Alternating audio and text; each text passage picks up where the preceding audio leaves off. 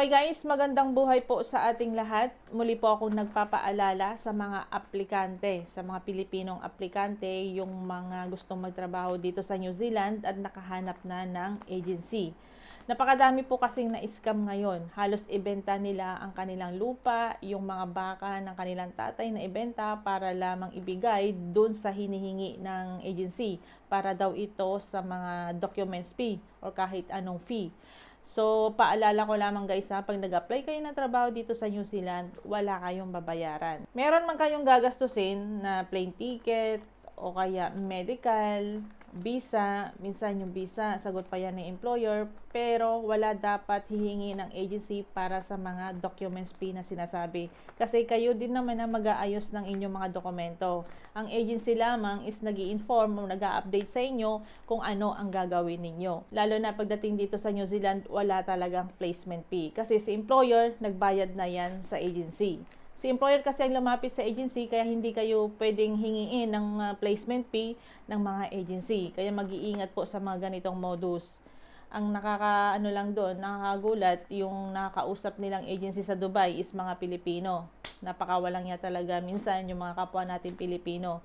Napakadaming scammer. So, pati yung page ni OFW Heart of Asia is ginagayat, ginagamit sa mga modus nila para makapanloko, makapanghingi sa mga katulad nating OFW.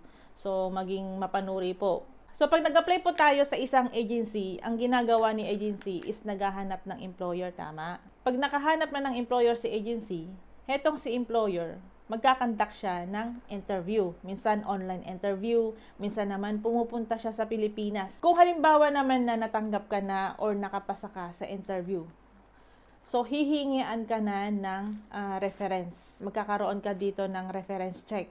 Ano ba yung reference check? Kadalasan ang ginagawa ng employer, lalo na pagdating dito sa New Zealand, importante sa kanila yung reference check. Chine-check nila kung ano yung naging feedback mo sa dati mong company, sa dati mong manager or supervisor. Parang inaalam nila kung ano yung naging attitude mo doon. So, kailangan mo yon. Pag hiningi nila sa'yo yung reference mo, ibibigay mo lang yung email address. Pero kailangan yung ibibigay mong reference mo, kontakin mo, inform mo siya. Sabihin mo na, ginawa kitang reference, okay lang ba sa'yo? Para hindi sila magulat na may mag-email sa kanila. So, paalala ko lamang guys hindi porket pasado kayo sa interview o kaya natanggap kayo ng isang employer, kung halimbawa naman na pag nag-reference check sila is bagsak or hindi maganda yung feedback ng dati ninyong company, hindi po kayo matatanggap. Pwede po nilang i-cancel ang inyong application. Kaya paalala ko lamang sa mga Pilipino na gusto magtrabaho dito sa New Zealand, kung nasa ibang bansa ka pa or nasa Pilipinas ka, maging mabait ka sa manager mo o kaya sa mga supervisor mo. Kasi pag once na nag-apply ka dito sa New Zealand at tatanggap ka sa interview, nag-reference check yung employer mo at hindi maganda yung feedback sa'yo ng dati mong company, hindi ka rin matatanggap. So, proceed po tayo sa next step. Di ba nagkaroon ka na ng employer, na interview ka, natanggap ka, tapos na reference check ka na rin, okay na. So, dito ka na magkakaroon ng job offer. Yung job offer na yon is manggagaling kay employer. So, paano mo matatanggap yung job offer na yon? Yung job offer na yon, syempre, dumaan ka sa agency. Si employer, i-forward niya sa agency. Si agency naman, ibibigay sa'yo. So, basahin mong maayos yung job offer. Pag binigyan ka na ng job offer, dapat basahin mo ng maayos. Dapat nakalagay dyan yung company name mo.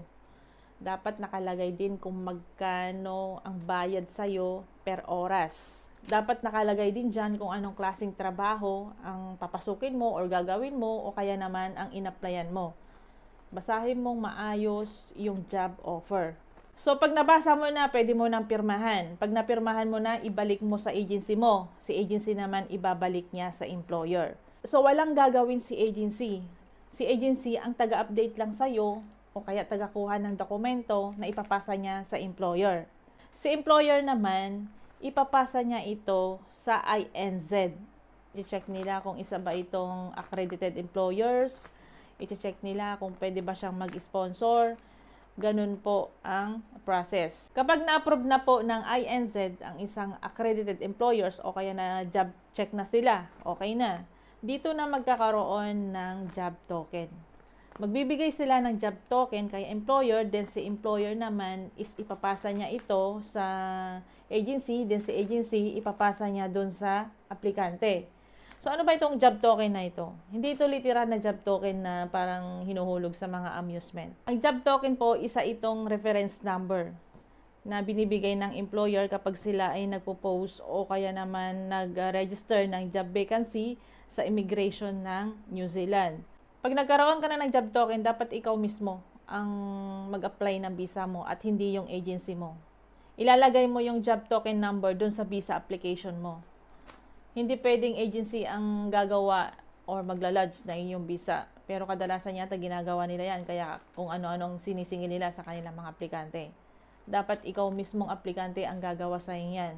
Dapat ibigay sa'yo ng agency mo yung job token para makapag-lodge ka na yung visa o yung tinatawag na AEWB. Kung hindi mo naman alam, pwede kang lumapit sa mga immigration officer or immigration advisor. Kasi sa mga immigration officer, pag halimbawa na sila ang nag-apply ng visa mo, ilalagay din nila yung pangalan nila doon.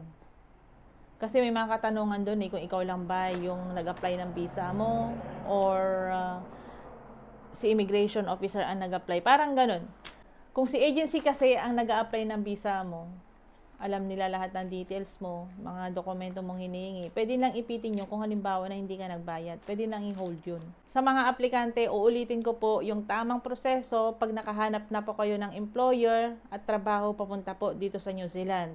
Kung halimbawa na lumapit kayo o nag-apply kayo sa isang agency. So una, syempre nasa agency kayo. Si agency maghahanap ng employer. Pag nakahanap ng employer si agency, si employer, i-interviewin kayo, mag-conduct siya ng interview. Kung hindi man online, pupunta siya mismo sa Pilipinas. Pangalawa, kung halimbawa nakapasa na kayo sa interview, natanggap kayo, i-reference check nila kayo. Magbibigay kayo ng reference ninyo. Pero paalala ko lamang, sa reference check, masyado silang mahigpit. Gusto nila yung good attitude, good feedback. Then next po, pag halimbawa na na-reference check na kayo, dito na kayo magkakaroon ng job offer. So, basahin ng maayos, pagkatapos pirmahan. Pag napirmahan nyo na, ibalik nyo sa agency. Si agency, ibabalik sa employer. Si employer naman, i-forward niya sa immigration. Kung halimbawa naman na-approve yung accredited employers sa immigration, magkakaroon na to ng job token. Yung job token na yon, i-forward ulit ni employer sa agency i-forward niya sa aplikante. So, ikaw na aplikante, pwede ka nang mag-apply ng iyong visa kasi meron ka ng job token. Mag-apply ka ng visa sa website ng INZ. Hindi pwedeng agency ang magla-lodge or mag-apply ng visa mo. Dapat ikaw mismo. Hindi pwede yung agency. Kasi kung ano-anong bayad ang hinihingi nila. Kung halimbawa na hindi mo alam mag-apply ng iyong visa, doon ka na pwedeng lumapit sa mga immigration advisor. Kasi doon sa visa mo, ilalagay din nila yung pangalan nila doon. Basta legit na immigration advisor ha. Yun ay may bayad na. Hindi pwedeng agency. Ang agency lamang is tutulungan ka sa mga dokumento kung ano ang kailangan mo. Wala din bayad ito. Basta New Zealand, walang bayad. Kasi ang employer na ang lumapit sa kanila, syempre si employer na ang nagbayad sa kanila. At hindi dapat ang aplikante ang mababayad sa kanila. Kaya sa ganitong modus guys, mag-iingat-ingat kayo. Hindi lahat ng mga bansa na ina-applyan nyo or hindi lahat ng mga bansang napupuntahan nyo is may placement fee. Pag nag-apply ka dito ng trabaho sa New Zealand, walang placement fee talaga. Walang documents fee. May gagastusin ka man, yung mga medical or mga visa at saka mga plane ticket. Pero doon sa sinasabi nila documents fee, wala pong bayad yan guys ha. So sa susunod po na videos ko, ipapakita ko po sa inyo kung paano mag-apply ng visa sa website ng immigration at kung paano po magkaroon ng account ng Realme.